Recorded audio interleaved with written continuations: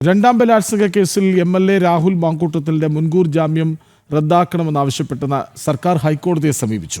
രാഹുൽ സ്ഥിരം കുറ്റവാളിയെന്ന് വാദം. സർക്കാരിന്റെ അപ്പീൽ നാളെ ഹൈക്കോടതി പരിഗണിക്കും. ബംഗളൂരു സ്വദേശിനിയുടെ പരാതിയിലെടുത്ത കേസിൽ തിരുവനന്തപുരം പ്രിൻസിപ്പൽ സെഷൻസ് കോടതി ഇന്നലെയാണ് രാഹുലിന് മുൻകൂർ ജാമ്യം അനുവദിച്ചത്.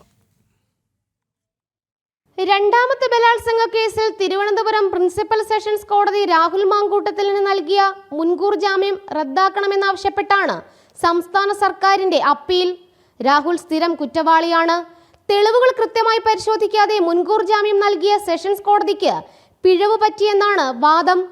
ആദ്യ ബലാത്സംഗ കേസിൽ ഹൈക്കോടതി അറസ്റ്റ് തടഞ്ഞ ഇടക്കാല ഉത്തരവ് സെഷൻസ് കോടതിയെ സ്വാധീനിച്ചുവെന്നും സംസ്ഥാന സർക്കാർ ആക്ഷേപം ഉന്നയിച്ചിട്ടുണ്ട്.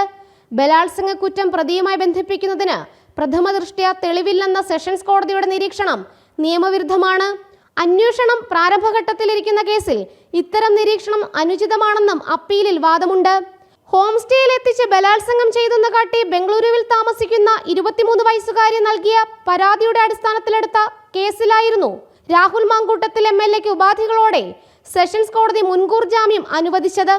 വിവാഹക്കാര്യം പറഞ്ഞ് രാഹുൽ വീട്ടിലെത്തി ഭീഷണിപ്പെടുത്തിയിരുന്നുവെന്നും അതുകൊണ്ടാണ് പരാതി നൽകാൻ വൈകിയതെന്നും യുവതി മൊഴി നൽകിയിരുന്നു. ലൈംഗിക പീഡനം ചൂണ്ടിക്കാട്ടി KPCC നേതൃത്വത്തിന് യുവതി അയച്ച ഇമെയിൽ പോലീസിന് കൈമാറിയതോടെയാണ് രാഹുലിനെതിരെ കേസെടുത്തത്. ജനം, കൊച്ചി.